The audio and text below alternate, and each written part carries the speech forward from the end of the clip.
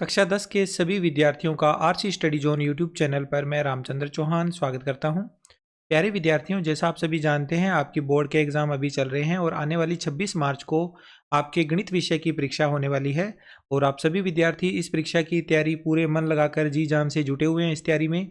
और उसी तैयारी को और अच्छे ढंग से करवाने के लिए मैंने अपने यूट्यूब चैनल पर आप सभी विद्यार्थियों के लिए परीक्षा की तैयारी के दृष्टिकोण से अति महत्वपूर्ण प्रश्नों से संबंधित वीडियो अपलोड किए हैं। और इसके अलावा भी मैंने पूरे वर्ष के दौरान आपको इम्पोर्टेंट क्वेश्चंस आपके पाठ्य पुस्तक के सॉल्यूशन डाले हुए हैं। आपने वो वीडियो अच्छे से देखे हुए हैं और उनके ऊपर आपको काफ़ी हेल्प मिली होगी उन प्रश्नों के माध्यम से आपके एग्ज़ाम की तैयारी करवाने के लिए। तो इसी कड़ी में अभी हम आपके गणित विषय का जो प्रश्न पत्र आने वाला है उसकी प्रश्नों के प्रकार के आधार पर हम तैयारी कर रहे हैं।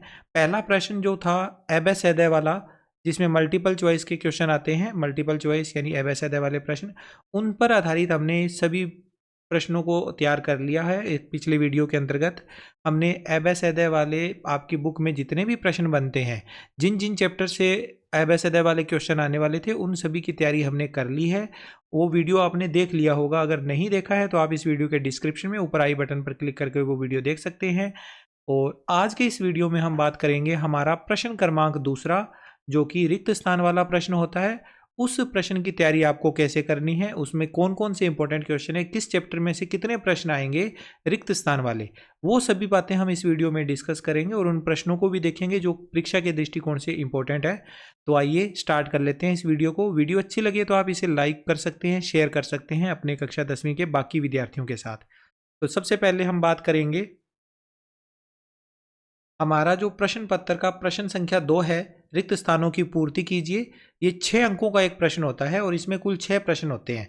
प्रश्न संख्या 2 के अंतर्गत कुल 6 प्रश्न आएंगे, प्रत्येक प्रश्न एक एक अंक का होगा। तो ये 6 अंकों की तैयारी के लिए अपने को इस वीडियो को पूरा देखना है।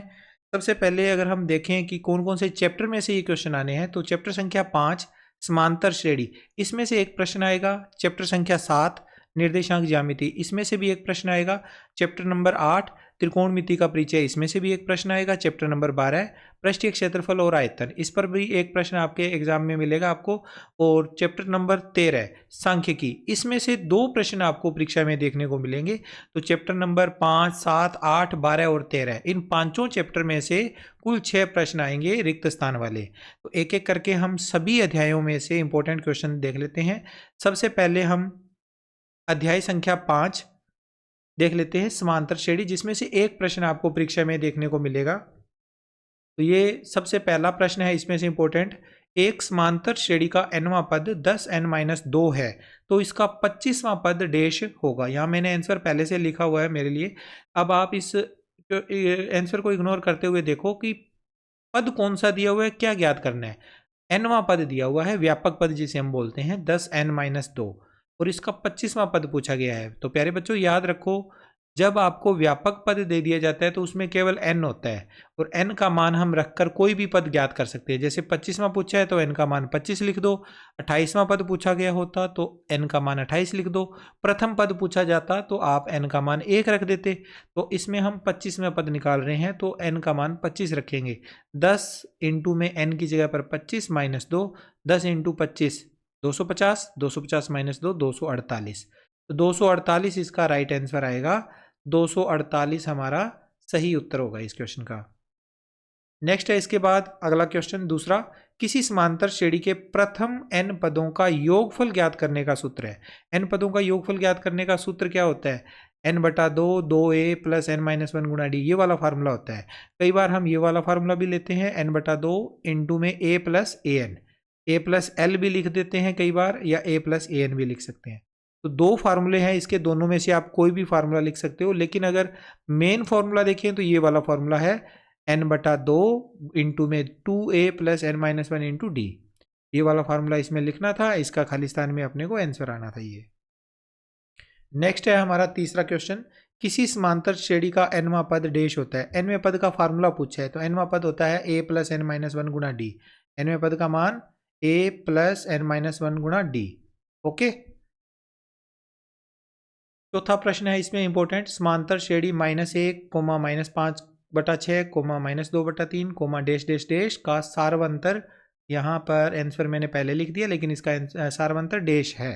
तो एपी हमें दे रखी है, सारवंतर हमसे पूछा गया है। तो सारवंतर वाला क्वेश्चन काफ़ी इंपॉर्टेंट बनता है, और एबे सैदे वाले क्वेश्चनों के अलावा जो रिक्त स्थान वाले आएंगे ना, उनमें लगभग सारवंतर पूछा जाएगा। ये याद रख लो, सारवंतर पर आधारित क्वेश्चन पूछा जाता है। ज़्यादातर इंपॉर्टेंट यही है कि सारवंतर बताइए कितना होगा। जैसे इस क्वेश्चन में सारवंतर पूछा है, तो सारवंतर का फॉर्मूला लगाएंगे। सारवंतर मतलब होता है दूसरा पद माइनस पहला पद। दूसरे पद में से पहले पद को माइनस करना होता है। दूसरा पद है -5/6 और पहला पद है -1। बीच में माइनस हमने अपनी तरफ से लगाना है फॉर्मूले वाला, तो ये दोनों माइनस मिलकर प्लस में बदल जाएंगे। -5/6 प्लस 1/1 सोल्व करेंगे तो 1/6 इसका उत्तर आएगा। 1/6 यहाँ पर फिल करना था। नेक्स्ट इसके बाद अगला क्वेश्चन है क्वेश्चन नंबर 5वां। किसी समांतर श्रेणी का प्रथम पद यानी कि पहला पद ए है तथा सारवंतर डी है, तो इसका 10वां पद क्या होगा? 10वां पद बताना है। nवां पद ज्ञात करने के फॉर्मूला देखो क्या होता है, a + n-1 गुणा डी। इसमें n का मान हम 10 रख देंगे क्योंकि 10वां पद ज्ञात कर रहे हैं। n का मान 10, तो ये आ जाएगा a + 10 - 1 गुणा डी। a + 10 में से 1 घटाएंगे तो 9 आएगा, 9d। a + 9d इसका उत्तर आया, जो हमें यहाँ पर लिखना था। अगला इंपॉर्टेंट क्वेश्चन इस चैप्टर में से है, किसी समांतर श्रेणी का nवां पद डैश होता है। तो ये पहले हमने कर लिया है, दोबारा से रिपीट हो गया। nवां पद ज्ञात करने का फॉर्मूला। फिर इसके बाद है, एक समांतर श्रेणी के 4 पद क्रमशः a - 3d, a - d, a + d और a + 3d है। इनका सारवंतर डैश होगा। सारवंतर पूछा है, तो इस एपी का सारवंतर निकालना है, तो सारवंतर का फार्मूला आप जानते ही हैं। दूसरा पद में से पहला पद माइनस करना होता है। दूसरे पद की वैल्यू कितनी दे रखी है? दूसरा पद हमें दे रखा है a + a - d, उसमें से पहला पद इस वाले पद को माइनस करना है, तो a - d minus a - 3d। तो बीच में माइनस है तो ब्रैकेट खोल लेंगे, तो क्या हो जाएगा, a माइनस का हो जाएगा, 3d माइनस का था, ब्रैकेट के बाहर माइनस लगा होने के कारण ये प्लस में बदल गया। a और a आपस में हो गए cancel out, 3d - d = 2d, तो 2d इसका उत्तर आ गया। नेक्स्ट इसके बाद अगला क्वेश्चन है, समांतर श्रेणी दे रखी है √2, 3 √2, 5 √2, डैश डैश डैश का सारवंतर डैश है। इस एपी में भी सारवंतर पूछा गया, तो सारवंतर होता है a2 - a1 यानी दूसरा पद माइनस पहला पद। दूसरा पद यहाँ देखो क्या है, 3 √2, फिर माइनस पहला पद √2, 3 √2 माइनस √2, घटाव करेंगे तो 2 √2 आ जाएगा। 2 √2 इस तरह से हम कैलकुलेशन करके भी निकाल सकते हैं। इसके बाद अगला प्रश्न है 9वां। समांतर श्रेणी दे रखी है -11, -7, -3 -3 के बाद 1 का प्रथम पद डैश तथा सारवंतर डैश है। तो प्रथम पद तो आपको पता ही है, सबसे आगे वाला पद होता है -11, ये प्रथम पद हो गया। सारवंतर दूसरा पद माइनस पहला पद, दूसरा पद है -7, फिर माइनस पहला पद -11, माइनस माइनस प्लस, -7 + 11 होते हैं 4 इसका उत्तर आएगा। ओके, नेक्स्ट इसके बाद 10वां क्वेश्चन, एपी दे रखी है 2, -2, -6, -10, डैश डैश डैश का सारवंतर डैश है। दूसरा पद में से पहला पद घटाएंगे तो -4 आ जाएगा। तो ये सारे क्वेश्चन अब तक हमने किए हैं चैप्टर नंबर 5 समांतर श्रेणी पर आधारित। अब हमारे अगले इंपॉर्टेंट क्वेश्चन आते हैं अगले चैप्टर से संबंधित, चैप्टर नंबर 7 निर्देशांक ज्यामिति। यहाँ से भी एक प्रश्न आपको बोर्ड के एग्जाम में देखने को मिलेगा, रिक्त स्थान वाला। तो जैसे अब इस चैप्टर के इंपॉर्टेंट क्वेश्चन कौन सा है, पहला है, बिंदु -5, -2 की y अक्ष से दूरी डैश होगी। आंसर हालांकि पहले से भरा हुआ है, लेकिन दूरी क्या होगी y अक्ष से। किसी भी बिंदु की अगर हम अक्षों से दूरी निकालते हैं, तो ये मैंने बेसिक कॉन्सेप्ट वाली वीडियो में बताया था, अगर तो पूछा जाए x अक्ष से दूरी, तो आपने y निर्देशांक को देखना है, और अगर y अक्ष से दूरी पूछी जाती है तो उस बिंदु का x निर्देशांक देखना है। और ध्यान ये रखना है कि दूरी कभी माइनस में तो होती नहीं है, तो माइनस लगा हुआ है तो उसको छोड़ देना है, माइनस नहीं लगाना साथ में। जैसे x अक्ष से दूरी कितनी होगी इस बिंदु की, y निर्देशांक कितना है, -2, तो 2 मात्रक हो जाएगा। y अक्ष से दूरी कितनी होगी, तो y अक्ष में -5 है, इसका माइनस हटा दीजिए, +5 आएगा, 5 मात्रक। तो y अक्ष से दूरी पूछी है तो 5 मात्रक, x अक्ष से दूरी पूछी होती तो 2 मात्रक। ठीक है, अगला इंपॉर्टेंट क्वेश्चन है क्वेश्चन नंबर दूसरा, बिंदुओं A -3,6 और बिंदु B है -1,2 को मिलाने वाले रेखाखंड का मध्य बिंदु डैश होगा। मध्य बिंदु बताना है इन दोनों बिंदुओं को मिलाने वाले रेखाखंड का। तो मध्य बिंदु का सूत्र होता है x1 + x2/2 y1 + y2/2। इस फार्मूले में वैल्यू रख के हम इसे सॉल्व करेंगे। पहला हमें x1 कौन सा होगा -3, x2 होगा -1, तो -3 + -1/2 और y1 होगा ये 6 और 2, 6 + y2 का मान 2, 6 + 2/2। इसको सोल्व करेंगे तो -4/2 और इधर आएगा 8/2।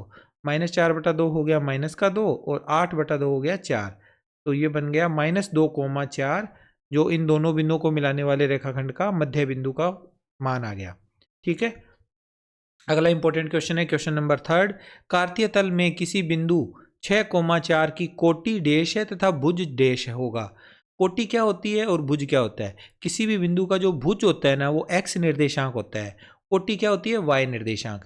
अब हमें यहाँ पर कोटि लिखनी है तो कोटि y का मान लिखना है, y निर्देशांक 4 है, 4 कोटि हो जाएगी, x निर्देशांक होता है भुज 6, भुज का मान 6 हो गया। तो इस तरह से ये क्वेश्चन करना था।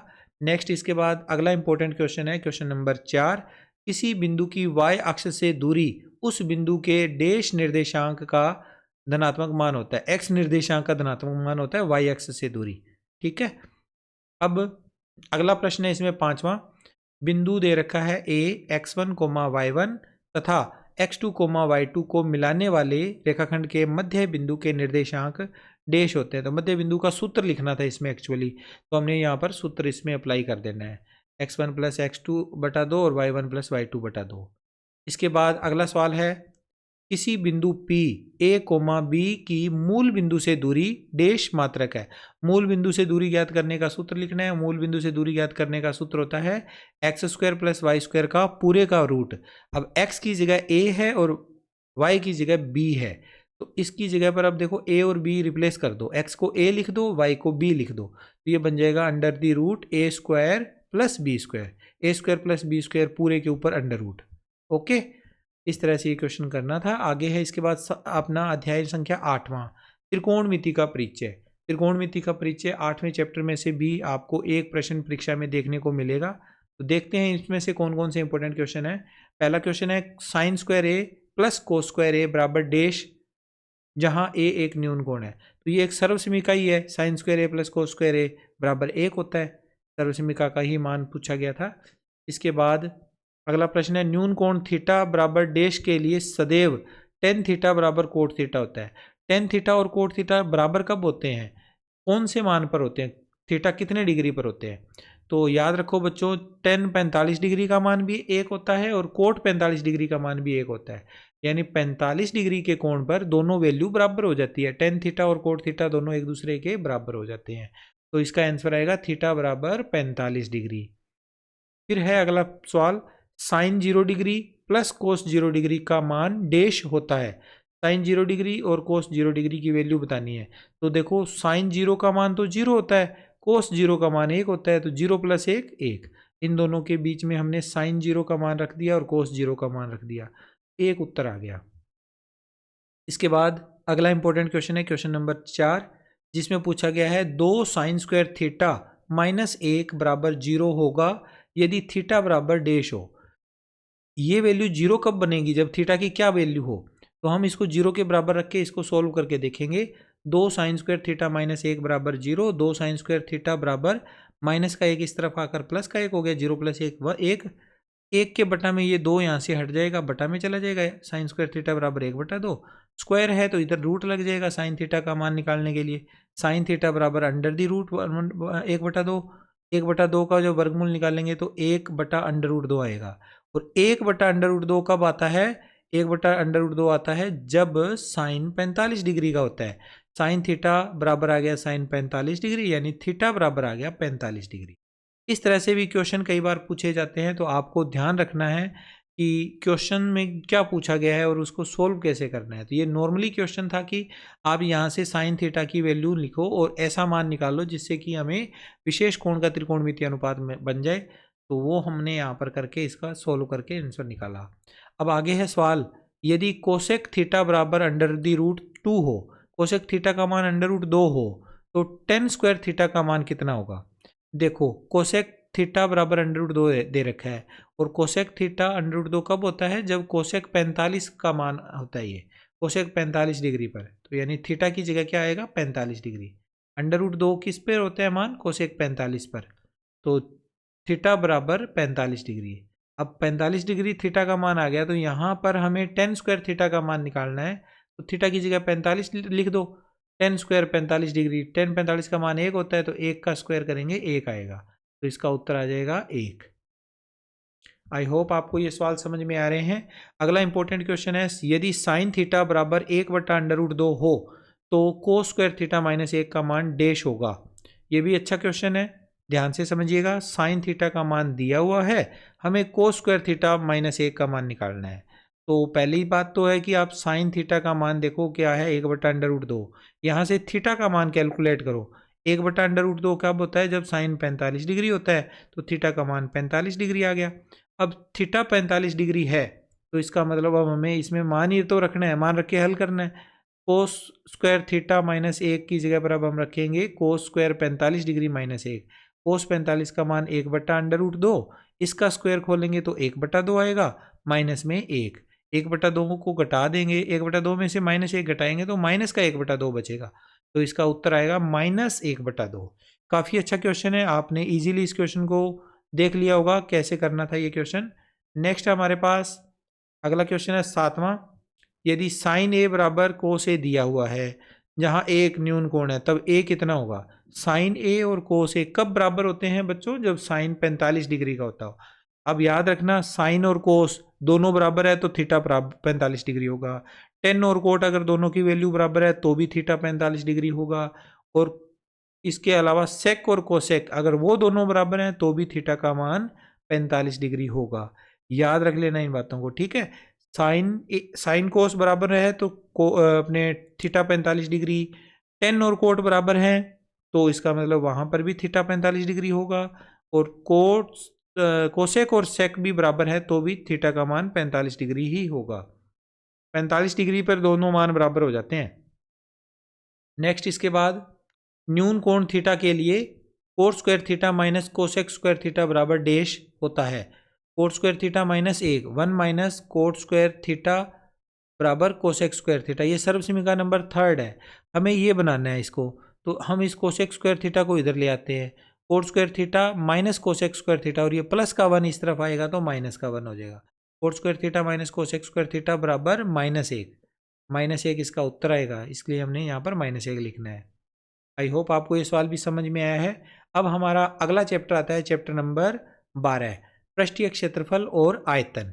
इस चैप्टर में से भी एक प्रश्न आपको बोर्ड के एग्जाम में देखने को मिलेगा एबेसेडे वाला, तो देख लेते हैं कौन सा है इसमें से इंपॉर्टेंट क्वेश्चन। आर त्रिज्या वाले एक ठोस अर्धगोले का संपूर्ण पृष्ठीय क्षेत्रफल डैश होता है। आर त्रिज्या वाला एक ठोस अर्धगोला है, उसका संपूर्ण पृष्ठीय क्षेत्रफल, तो ठोस अर्धगोले का संपूर्ण पृष्ठीय क्षेत्रफल उसके वक्र पृष्ठीय क्षेत्रफल और वृत्ताकार पृष्ठीय क्षेत्रफल दोनों का योग हो जाएगा। ठोस है तो उसके ऊपर वाला जो ढक्कन वाला पार्ट होगा ना वृत्ताकार, वो भी जुड़ेगा साथ में।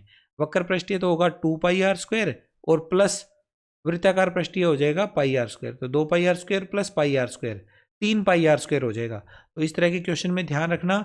अगर तो ये क्वेश्चन आता है कि आर त्रिज्या वाले एक खोखले अर्धगोले का संपूर्ण पृष्ठीय क्षेत्रफल, तो आप लिखोगे 2πr², और अगर ये क्वेश्चन इस तरह से आता है कि आर त्रिज्या वाले एक ठोस अर्धगोले का संपूर्ण पृष्ठीय क्षेत्रफल, तो 3πr² नोट करोगे।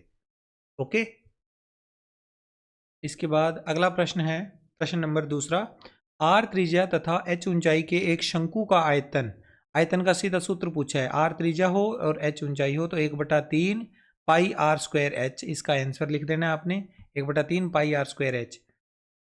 फिर है अगला सवाल 3, किसी घनाभाकार कमरे की चारों दीवारों का पृष्ठीय क्षेत्रफल डैश होता है। घनाभाकार कमरा है तो उसकी चारों दीवारों का क्षेत्रफल यानी कि घनाभ का पार्श्व पृष्ठीय क्षेत्रफल बताना है, 2 गुना लंबाई प्लस चौड़ाई गुना ऊंचाई, ये फॉर्मूला आपको याद रखना है।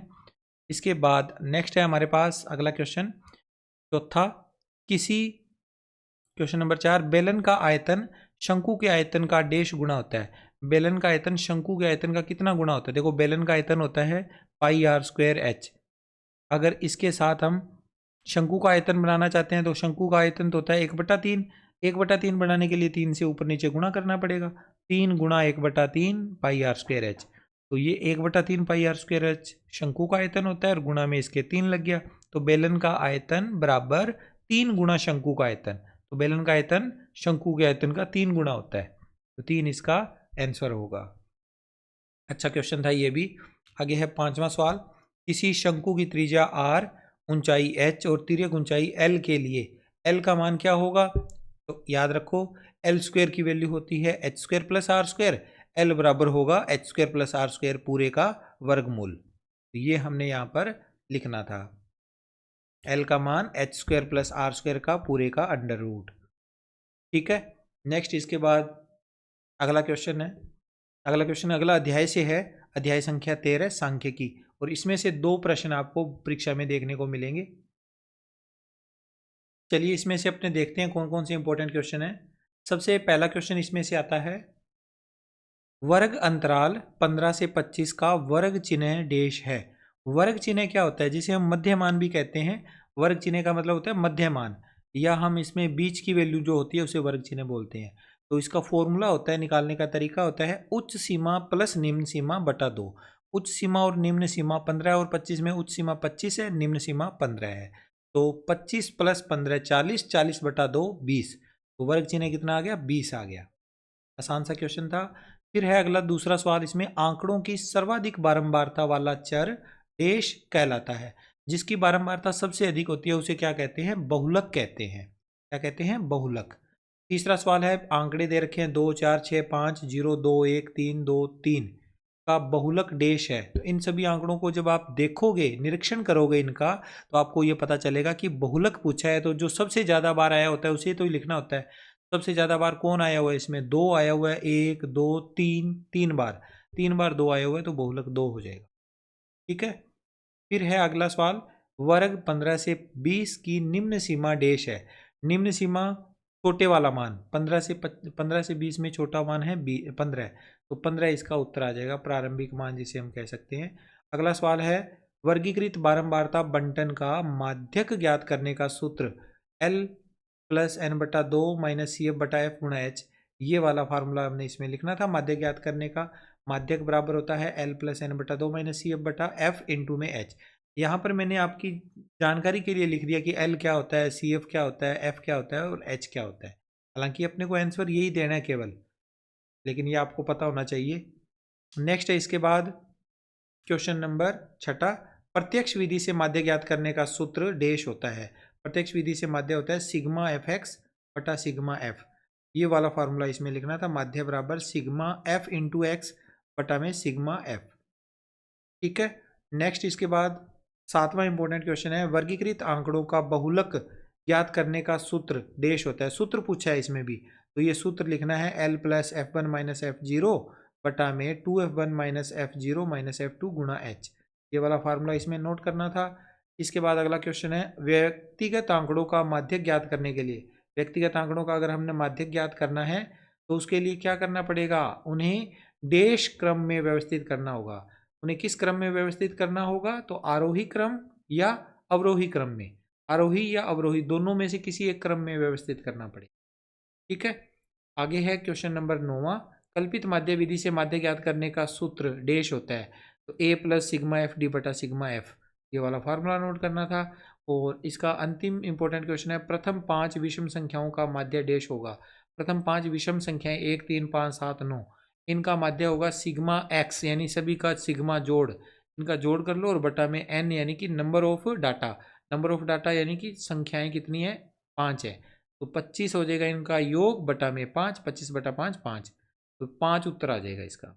ये था बच्चों हमारा रिक्त स्थान वाला वीडियो कंप्लीट हमने कर लिया, और वीडियो के अंतर्गत हमने सभी जो इम्पोर्टेंट क्वेश्चन है वो देखे हैं। आई होप आपको प्रत्येक प्रश्न अच्छे से समझ में आया होगा। मिलता हूँ मैं आपसे नेक्स्ट वीडियो में अगले प्रकार के प्रश्नों के साथ। Take care, bye bye.